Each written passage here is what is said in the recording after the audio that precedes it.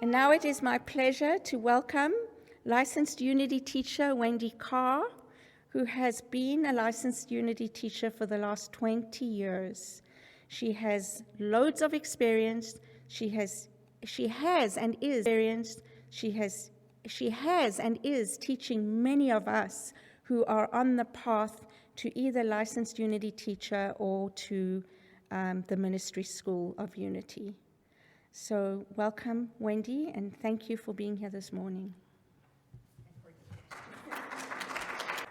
Good morning, everybody. I think I now understand how the late-night TV hosts felt when they had their staff in the audience and not the audience.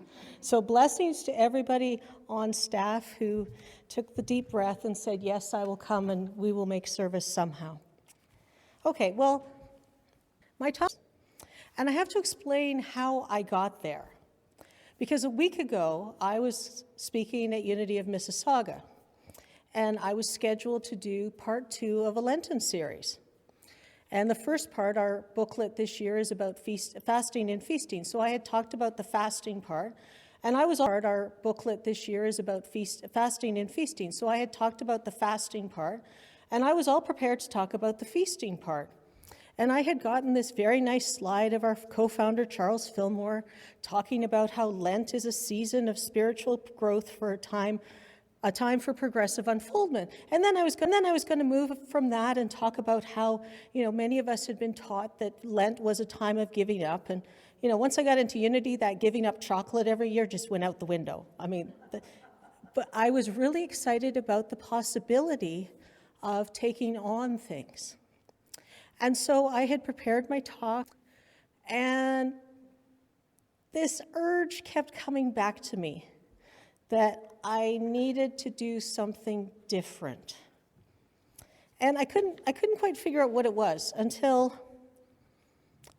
the morning after the first part of the talk. So I talked about the fasting.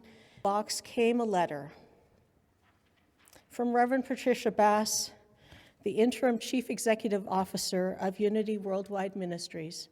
And many of us got this letter. It's dated March 2nd, 2020. Dear ones, with the increased publicity regarding the coronavirus disease 2019, COVID-19, the Centers for Disease Control, CDC, has recommended that everyone give intentional thought to being prepared. Pray. The first important step is always prayer. We know that our consciousness makes a difference, and one of the greatest gifts Unity offers is to stay positive and pray. And then she continues with a suggested prayer, which we will use as the basis of our meditation. And then suggested some basic prevention steps and creating a plan for something like this. What do we do when it comes a time where coming together isn't the wisest idea? And then finally, a reminder that headquarters is always available to us, not just at Silent Unity, but that there's staff supports as well. So I, having already written part 2 of my talk, just sort of went, that's interesting. That's interesting. And then a couple days later, I got another prayer suggestion from another Unity minister that I trust and respect. So now I'm starting to think, maybe my talk needs to change. Posted something late Saturday night. And I looked at it and I said, that's it. My talk has to change. And I rewrote my talk at 1:30 in the morning. Because I realized that in these circumstances, in this time, what we really need to do is turn away from the fear mode of prayer. So my talk this morning is based on 3 Unity books. Effectual Prayer by Francis Folks, Handbook of Positive Prayer by Hypatia Hasbrook, and How to Pray Without Talking to God, Moment by Moment, Choice by Choice by Linda Martella Whitsitt. I have had the blessing of studying with 2 of those 3 women who wrote books. And at their feet, I have learned how to pray. And what is getting me through this time of the world being in such chaos, and what is getting me through this time of the world being in such chaos and such panic is going back to that center that has been polished over the last 20 years. As I have learned to pray through illness of myself and of family members, through a live shooter at my place of work, through 9/11, driving home from Florida by myself, not knowing if I was going to get back into Canada, and a number of other things. So I feel well equipped to share with you the processes for prayer. So Unity has a 5-step: relaxation, concentration, meditation, realization, and appreciation. I add 2 steps to that: preparation and action.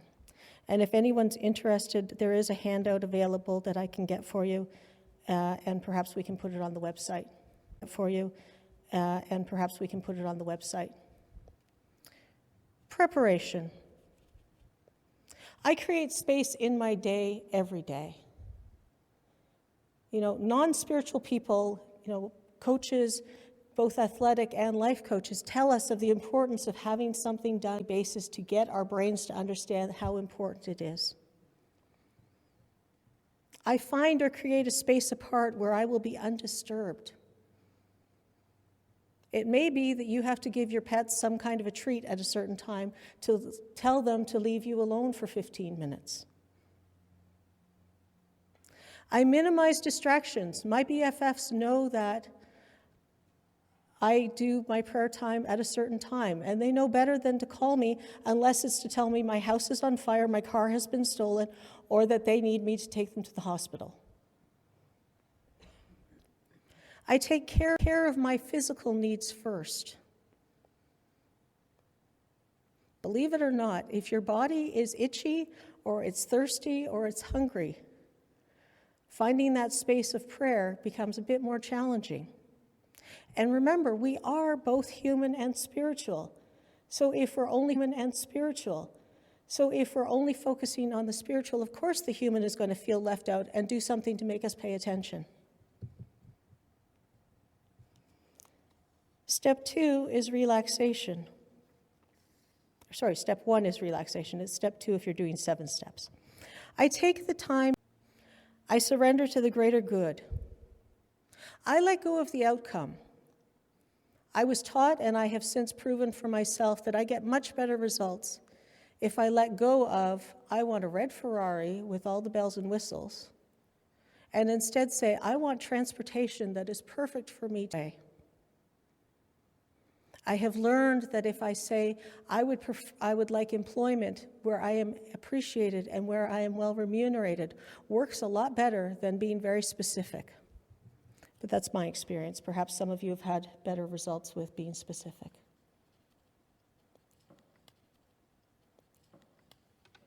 Step 2, concentration. I give my whole attention to God's holy presence and power. Just coming into that acknowledgement and awareness does a lot of things. Just coming into that acknowledgement and awareness does a lot of things for our intellect. I may choose to concentrate on my breathing.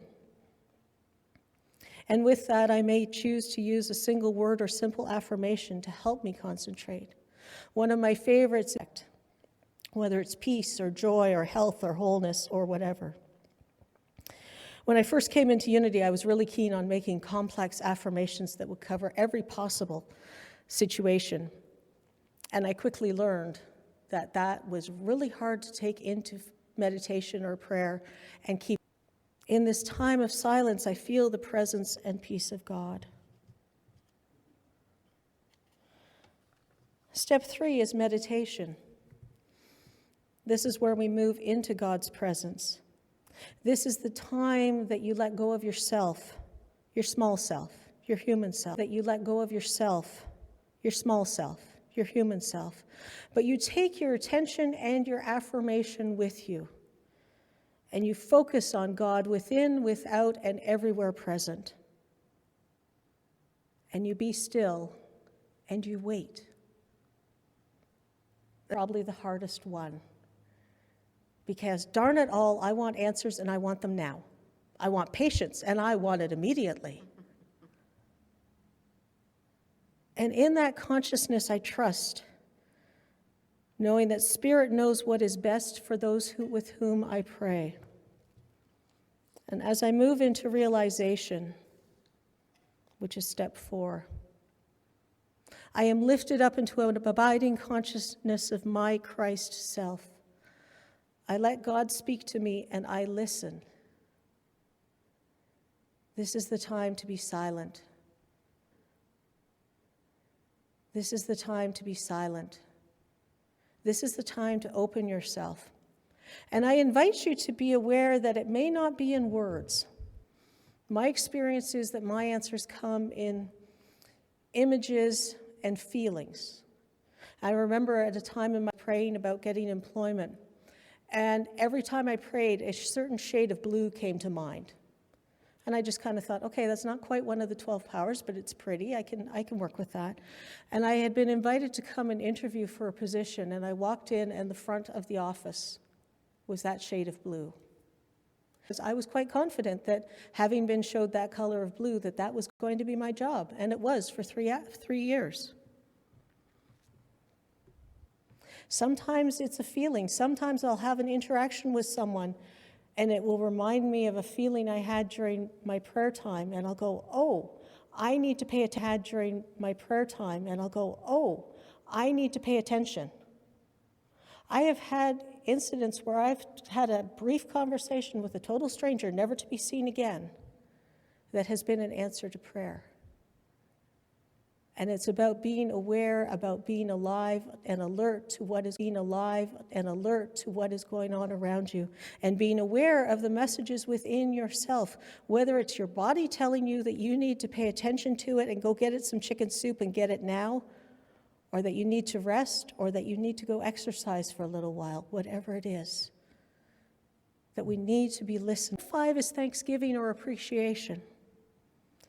Give thanks for answers seen and unseen. It can be the unseen ones that are kind of difficult to give thanks for. But that's the time that you need to appreciate, because everything in this universe is attracted to appreciation, gratitude, and thanksgiving. Be that your right and perfect job that will see you through till retirement isn't available yet because the person who is currently holding the job doesn't retire for another couple months. But knowing and keeping to the gratitude that your answers are coming, that other things may need to happen before they can become manifest. In our time of Thanksgiving, that's the time to bless your personal prayer list, giving thanks for the people that are on it, for being in your life, for you having the privilege of being able to hold space with and for them, and to acknowledge the Christ to hold space with and for them, and to acknowledge the Christ within each one of them, knowing that each, as we said in our daily word today, is being blessed in as much and to the same extent that you are being blessed. And finally, end with, amen, so let it be, like you're done. And then I invite you to sit for a couple extra minutes, not just jump up and go on to back to your day. The final step that I've added, as have some other Unity teachers, is action. What, if anything, needs to be done? Or putting feet on our prayers. Do you need to add something to a prayer list in your prayer time where you were reminded of someone for whom you might need to pray? And it may be that you don't consciously know that they have a prayer need. I was trying to write a class for one of my courses, and one of my friends kept popping in my mind. And finally, I took it into prayer, and I sent her a text, and I said, "Are you okay?" And she said, "Sort of. Thank you for reaching out. I was feeling very alone today." It's about listening, feeling very alone today. It's about listening. It's about acting on what we hear. Is there something that is yours to do? The number of times I have spoken with Unity ministers who have said, "I never expected to be a minister. I never expected to do this." but everything was telling me that this is what I was going to be doing. And I can tell you every credentialed leader in the unity movement has at least one boot print in their backside of somebody else saying, go, it's yours to do, get going. I think I have 2 or 3, but that's another talk. Importantly, and I think sometimes this step gets skipped or ignored, or we spiritually bypass it, and that is to acknowledge if anything has come up in your prayer time which is traumatic to you, which has reopened an old wound that you thought was healed. That is a spiritual dust bunny you thought you had cleaned. That is a spiritual dust bunny you thought you had cleaned out of the corner of your mind, but you've discovered that it's come out. Is there anything that you need to put on a prayer list? Do you need to call Silent Unity? Do you need to talk to a minister, credentialed leader, therapist, counselor, psychologist, psychotherapist, or other professional? Your own human mental health is as important as your spiritual health. And I really can't emphasize that enough, because sometimes we get so caught up in our I'll pray about it that the rest of us doesn't quite get it. And it's so important, and I give thanks for unity ministers who have been brave enough to stand up on a Sunday talk and say, this week I was talking to my counselor, this week I was talking to my therapist, this week I was talking to my spiritual coach, to acknowledge that they are not the end-all and be-all, but that they are on a journey equal to ours. So what tools do we have? Well, as Cheryl has already indicated, we have Unity, Silent Unity, which started in 1890 and was formalized in 1891. They not only have a prayer line. Reverend Linda posted a YouTube video this past week. I actually think she was spying on our Lenten class because she talked about a whole bunch of things that we had talked about the day before. And they have a phone number, and they are taking in 2,300 calls a day. And an additional 400 people listen to because it allows you to listen to a pre-recorded message, especially when the lines are busy. But that is one of their options now, that you don't have to speak to a live person, you don't have to share your prayer request, that it may be you just need a little boost, you need something to remind you of who and what you are and what your path is.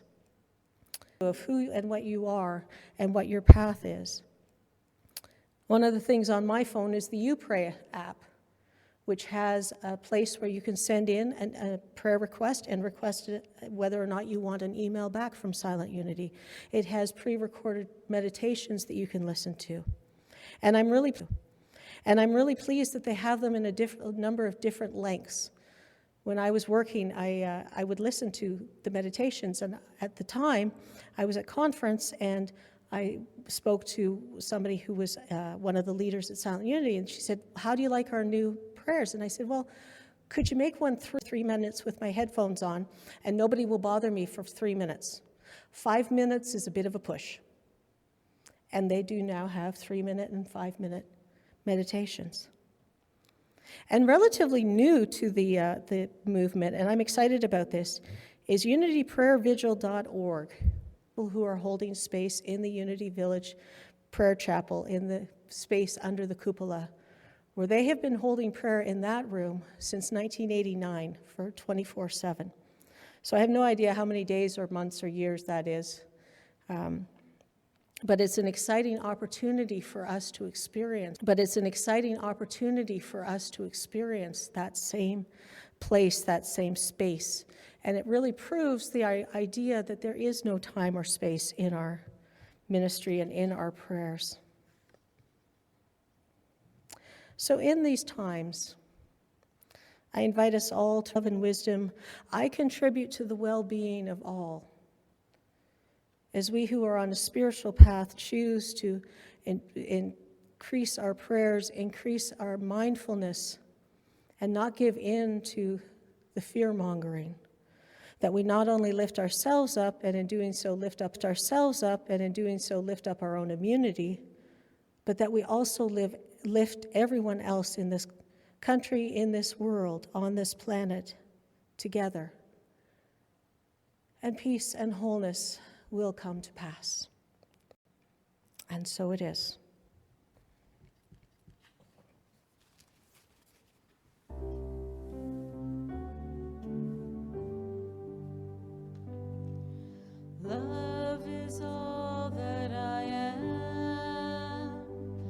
I can feel the presence of love within, presence of love within me.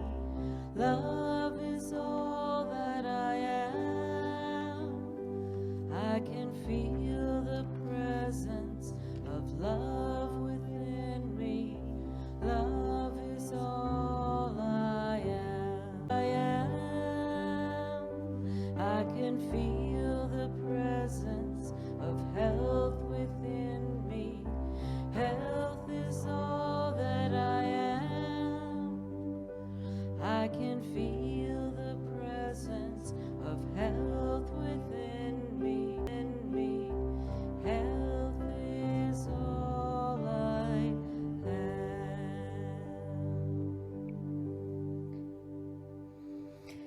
And as we come to our time of prayer and meditation, as always, I invite you to do 3 things.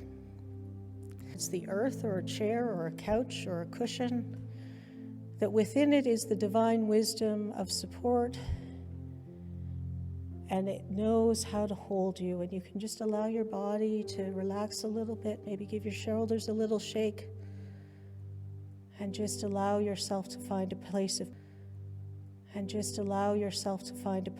peace. And secondly, I invite you to allow my words and my voice to be your words and your voice.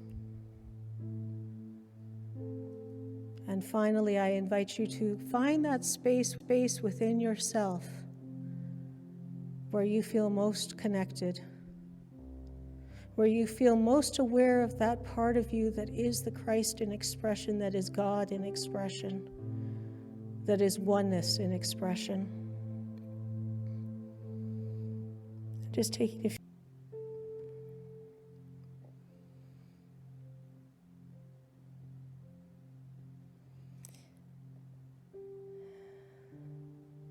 A prayer from Unity Worldwide Ministries. We know that God is a love that has no end. We know that God is a love that has no end, and a power that knows no bounds. God's healing power of divine life is restoring, healing, and revitalizing our world in this very moment. We let go of any fears. We affirm that all are safe, healthy, and protected. We bless all those who support us in maintaining vibrant, radiant health. We express divine life in all we think, say, and do. We bless our global family with radiant health. We bless our global family with radiant health, peace of mind, and abundant love. And let us just take those words into the silence.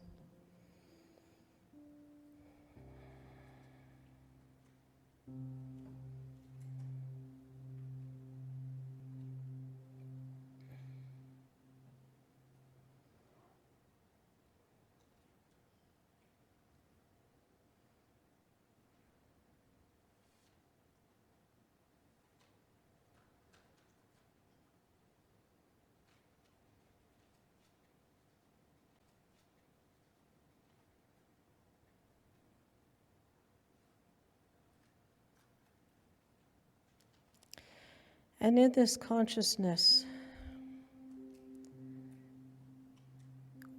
we bring forward our own prayer requests and we add to those. Unity Kitchener and in all ministries of all denominations. We tenderly hold in our hearts these requests, knowing that they are made with the highest intention for all. Love and light, all healthcare workers, all first responders, everyone who is dealing with this pandemic, trying to support those who are ill, those who are grieving the loss of a loved one, trying to support those who are ill, those who are grieving the loss of a loved one, those who are facing their own mortality, We know that life is eternal, and right now it is feeling sometimes that it's not. And affirm that life, love, and wisdom cannot be diminished. That we are guided to right choices. That we are divinely guided to do that which is ours to do. Own homes for a period of time. That we are not alone, that we can reach out. That we can connect in ways that were previously unthought of.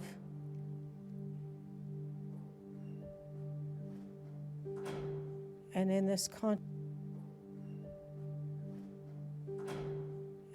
consciousness, we send our light and love to all.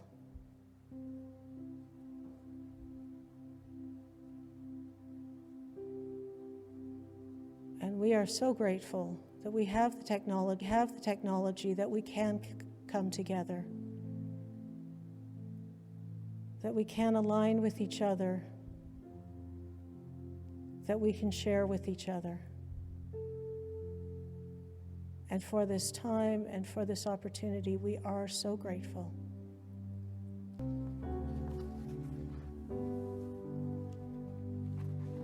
Love is all that I am.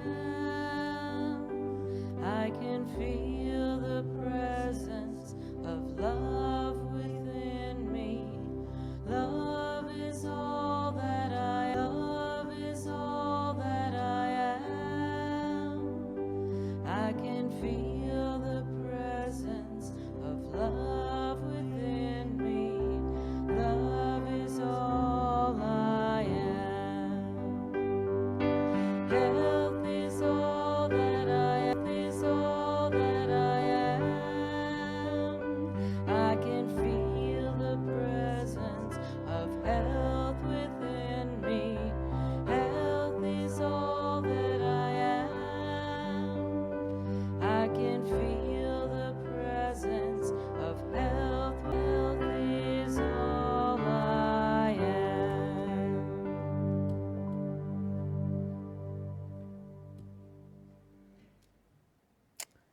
Thank you so much, Wendy. Thank you for reminding us of the tools that we have, of the things that we can do to set are really about denying the impact of anything negative on us and affirming something good in its place. We are so blessed to have you come and share with us. Thank you.